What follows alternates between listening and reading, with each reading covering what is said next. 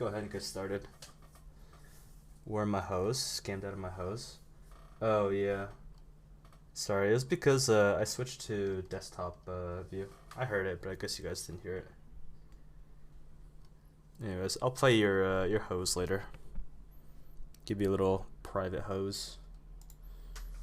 Okay, but yeah, so let's just start. Like, I don't want to spend too long doing this. I'll just kind of reflect on my thoughts and then just review my thoughts on these cards and if I got them wrong or not. I got some of these like super wrong, so yeah, it'll be interesting to see how it goes.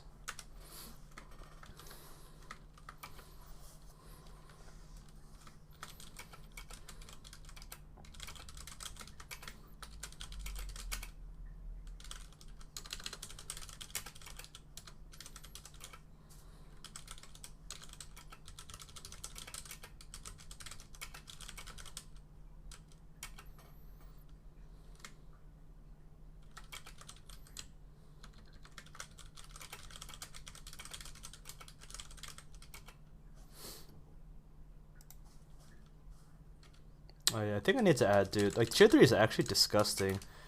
Brute, Thorncaller, and Banner are actually so incredibly strong. So Bannerboar, Brute, and Thorncaller, they're all like, you know, not just like a one turn scaling type of thing. They're multiple turns, and like each time they proc is just like, I don't know. It's like a crazy amount of value. These cards, I think, are kind of at the root of why things are so like OP right now. Oh, I guess I just noticed that this filters out some of the non-Quilboar cards. I'll just yeah, go back to them if I need to.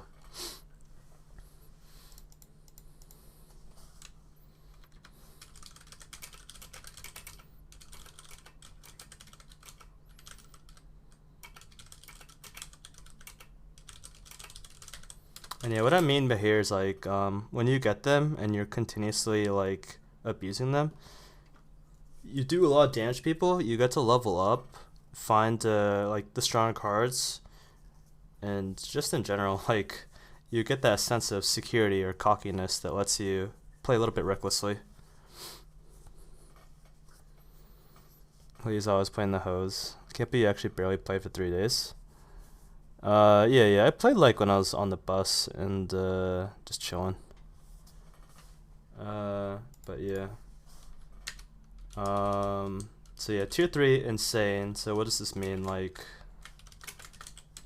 damn, I forget how to do bold.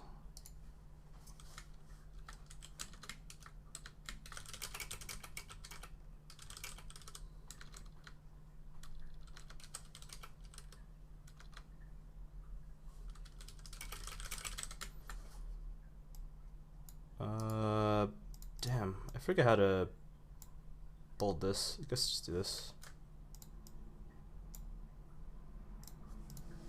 But yeah, what was I gonna say? But yeah, there's like some heroes that can go on 3 very efficiently, got a lot better. So I think Pocky was mentioning AFK for sure, definitely got better. I think Nozdormu also got better too, because you get 1 extra roll. Like if you level up to 3 on 3, you get quite a few more rolls every single turn to try to hit these specific cards. Like the difference between these cards and other tier 3 cards is so insane that being able to discover a roll into them is very important. So Nas, Silas, and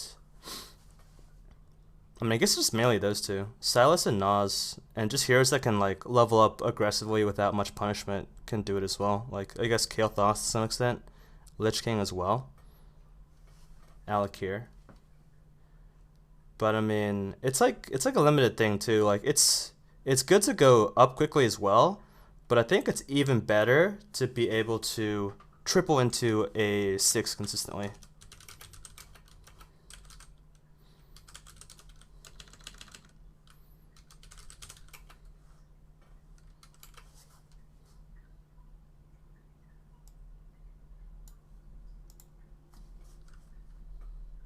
So what am I trying to say? Tripling into 6 consistently is so this end of this category is like, let me fill this out quickly. Damn. Oh my god.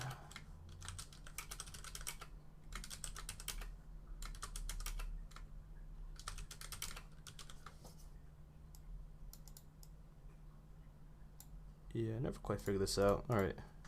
So yeah, these heroes are good.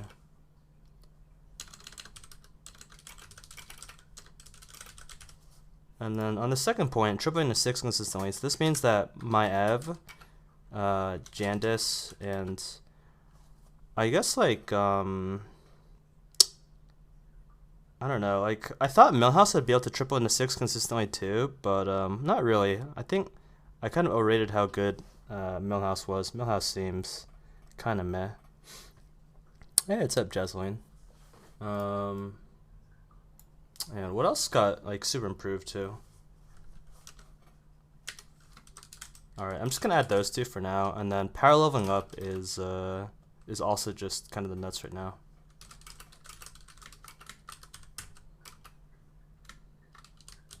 Oh, Reform, right? Yeah, Reform is super nutty.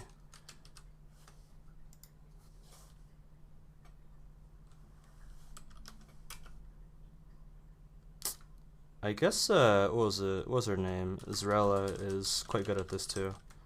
Zrella, and it's like one more kind of niche here that was good at it. Was it the Blood dude? Bloodthorn maybe?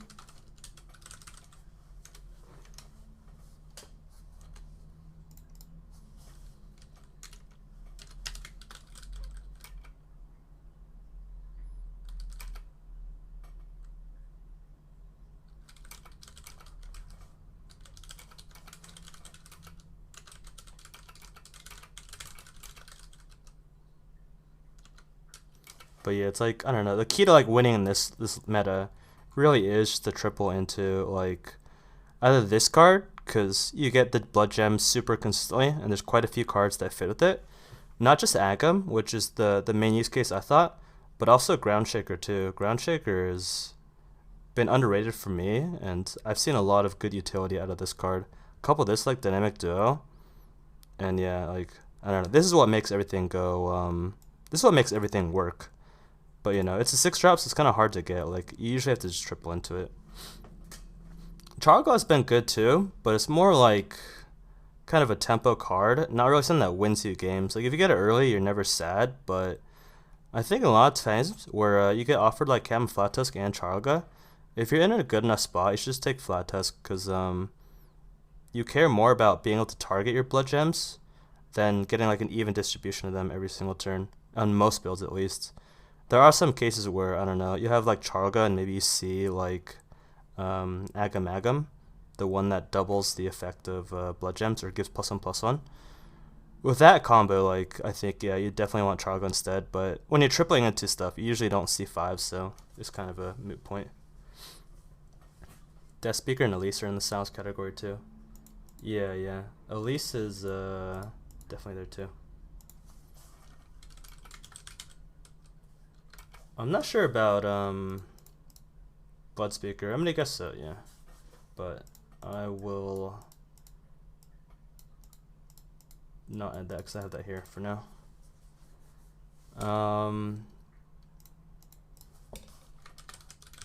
So let's put some words. Captain Flat Tusk is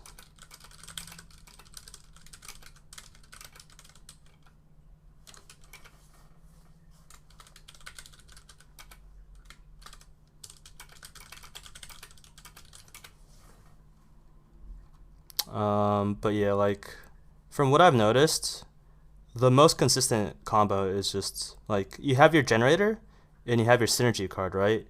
Because usually you just want to put your gems on a single unit, and it's one of these two. Like you're not really spreading out the gems because there's no reason to.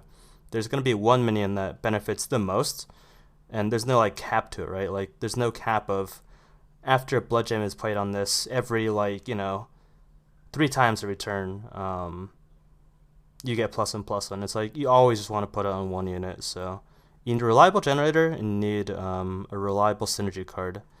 And like the reliable synergy cards are like this one. This one is by far the best. Bonker is like pretty good as well, and Thorncaller. But these are like, they're like more mid-rangey things. This one is hard to get multiple gem procs off of because, late game it just doesn't really hit more than once. And a lot of times you have more priority hits or more priority minions put up front. And this one's just, I don't know, this one's just nice. But, it's kind of a weak minion to want to put in your like late game comp because it doesn't have any text besides the death rattle, gain a blood gem. Same issue with the banner board too. Like those 4 cards are the best generators, but yeah, like these 3 just have problems because they don't generate like multiple gems per turn, and then they're kind of just weak in general. But this one, it's not just like 3 gems per turn. Some heroes can really abuse it and use their gold like a little more efficiently, especially like Millhouse or heroes that can afford to put in like cost reduction cards like Hogger.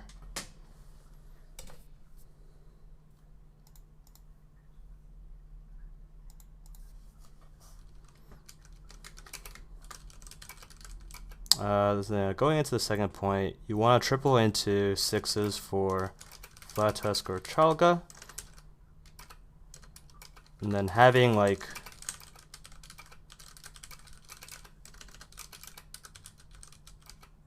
you can basically do like any sort of Quilboar like combo with these cards, but you're also like open to doing other stuff too. They're like very flexible.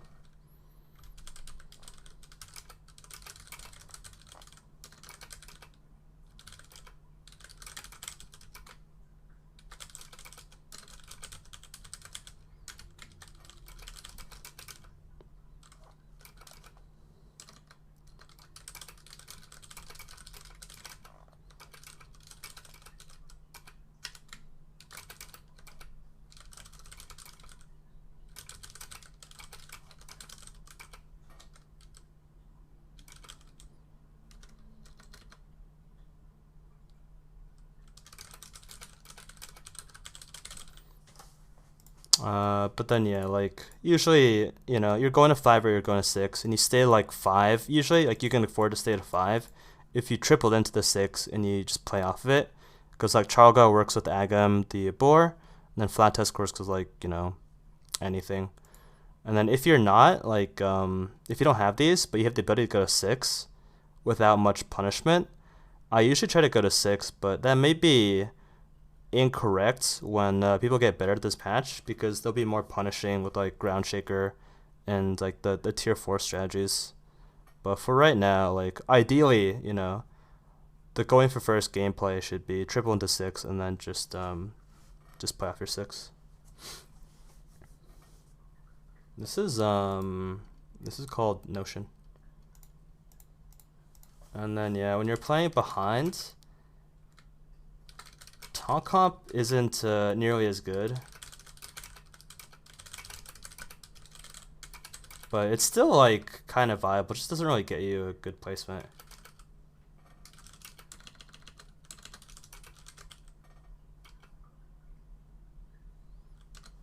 I think the premier like tier 4 strategy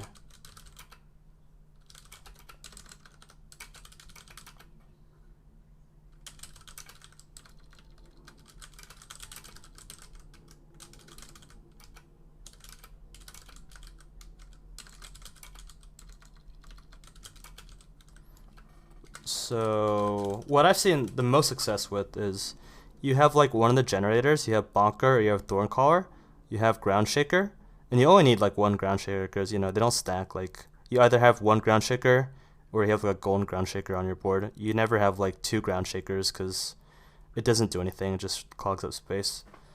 But yeah, you want to have some sort of reliable generation, and then you want to put together some Divine Shields. Ideally, I would say it'd be like 2 Deflectos and like a Divine Shield taunt and reset. and you need to like basically preserve your gems or use them to make sure that you just enough like win fights. And it's kind of hard to do. Like I don't think you're gonna reliably do that, but with this comp, like you can just stay on tier 4. There's no reason to really go up, and I think it's just in general better because you don't have to play multiple taunts. You can play around cleave, and basically like the high end comps anyways, they're just like big balls of stats, and you just want to like be able to scale your tech. The HP doesn't really matter that much.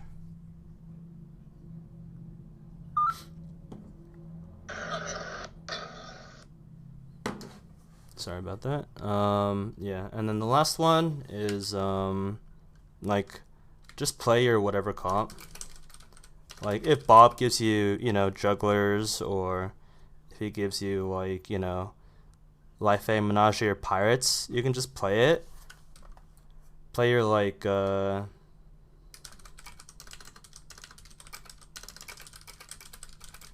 then you need to try to find like a Poison Divine Shield comp.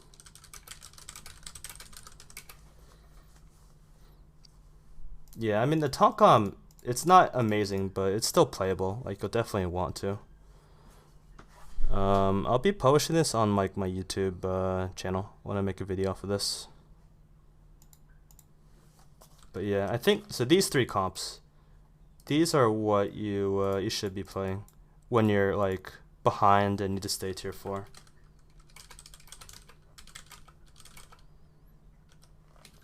I mean, if you find like some other sort of direction on like 6, you triple into 6, you don't get Chargo, you don't get Flat Tusk, you get like Goldrin, or you get like Eliza. I think you just try to play like Beast or Exodia, and you like don't really try to transition to Quilboar, because the thing with Quilboar is, right, like the earlier you get the stuff, the more you scale. And if you're playing like a mirror match with someone else, because you're behind, you're not really gonna be able to catch up with them. So you need to play like your own game plan.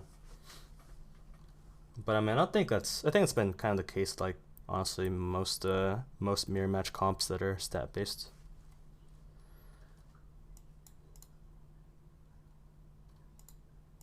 All right, and then yeah, I'll just go through these real quick.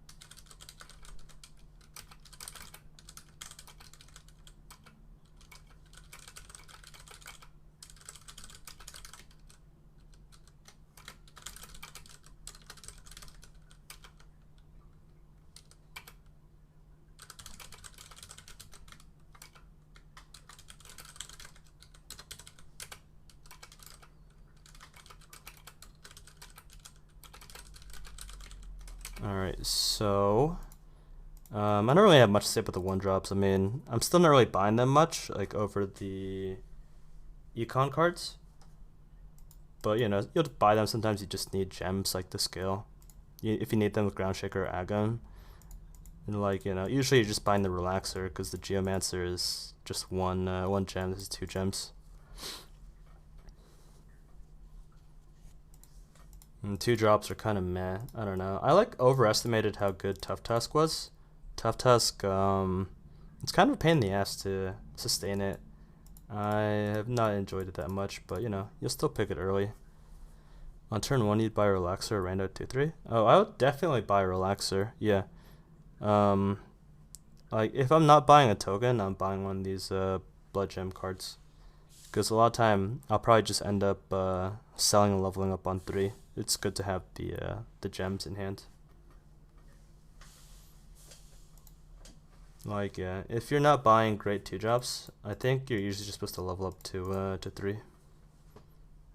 And that's the case, just take the damage early and hope to hit one of these OP cards, right?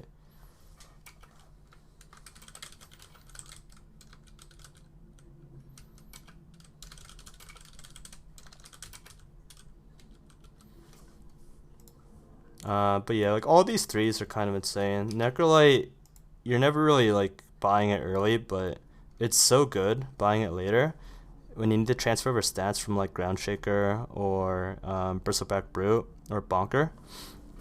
Like the reason why I like Brute so much is because these like extra +3/+3 they count as blood gem buffs. So you know you're basically transferring over all the buffs except for the base 3/3. It's kind of disgusting. Like you're not sacrificing anything. You're just getting the scaling later.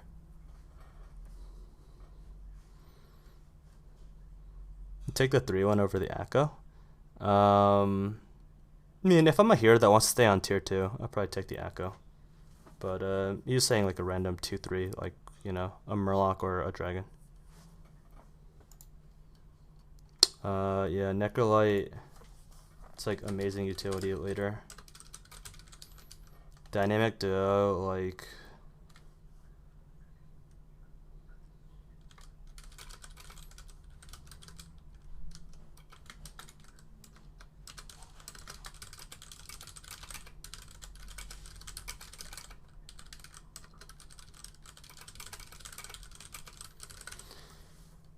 But yeah, Dynamic Duo, like, you're pretty much always buying this card too. It's not as easy to transition out of it, but you know, it's just a huge ball of stats as taunt. If you're like super high rolling and you get like, you know, a bunch of good 5s and 6s, you can still out of it and like be a little bit weaker. It's not really a big deal for the sake of like winning the game. But yeah, it just fits in well with like basically any sort of comp that uses Quilboar and gems. Bonker, it's I don't know how I feel about Bonker. Bonker is kind of meh. You're still buying it early is good, but it does fall off. Like I would try to sell it off when you're not consistently getting more than one gem, because you know the base HP is nice, but it gets outscaled pretty quickly.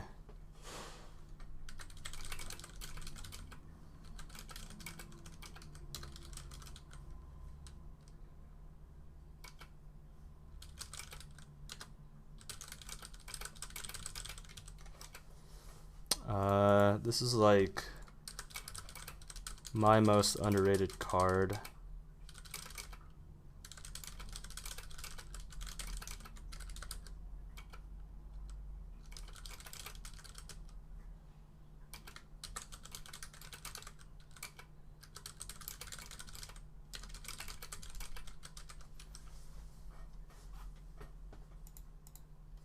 But yeah, like I was saying, this is just the best tier 4 card to build around right now. It's no longer like, you know, Harbinger, Arm, Taunt stuff. It's this one. And then yeah, Bristleback Knight. I think I underrated this card too. It is very nice to just pick up, because it's basically the best target that you can put your gems on besides the cleaves.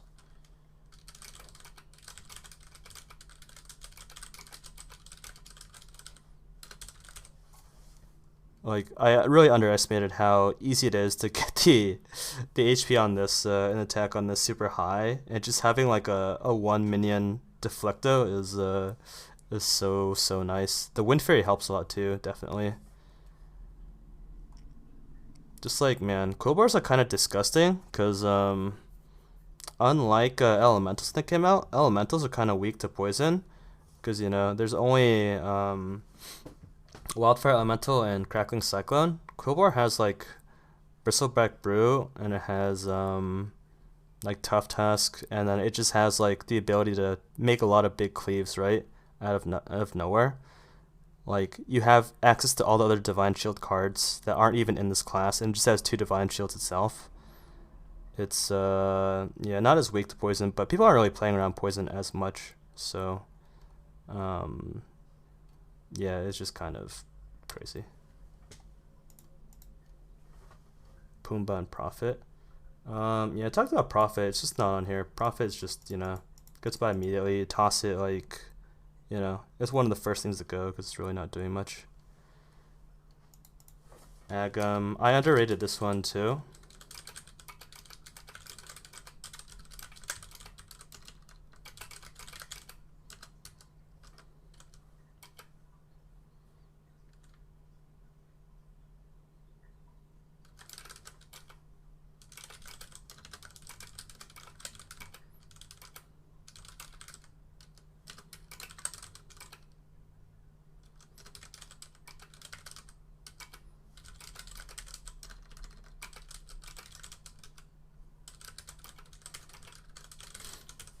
But yeah, like this basically, made Caligos kind of irrelevant.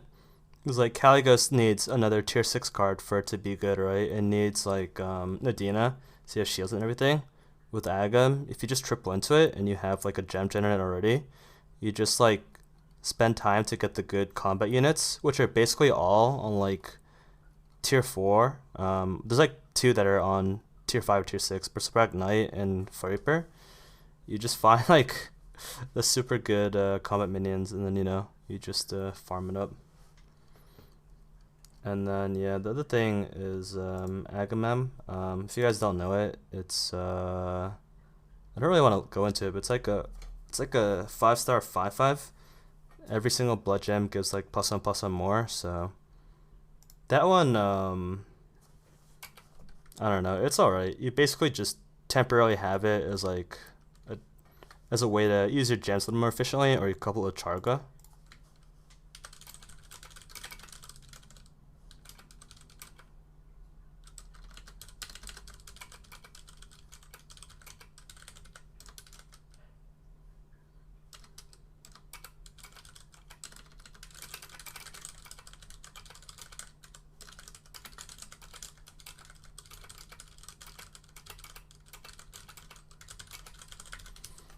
But yeah, it's kind of mediocre. Like it has its uses, but you need to have like another card to work with it before you buy it. Yeah, and I think I talked about Charga and Flat Tusk. Charga.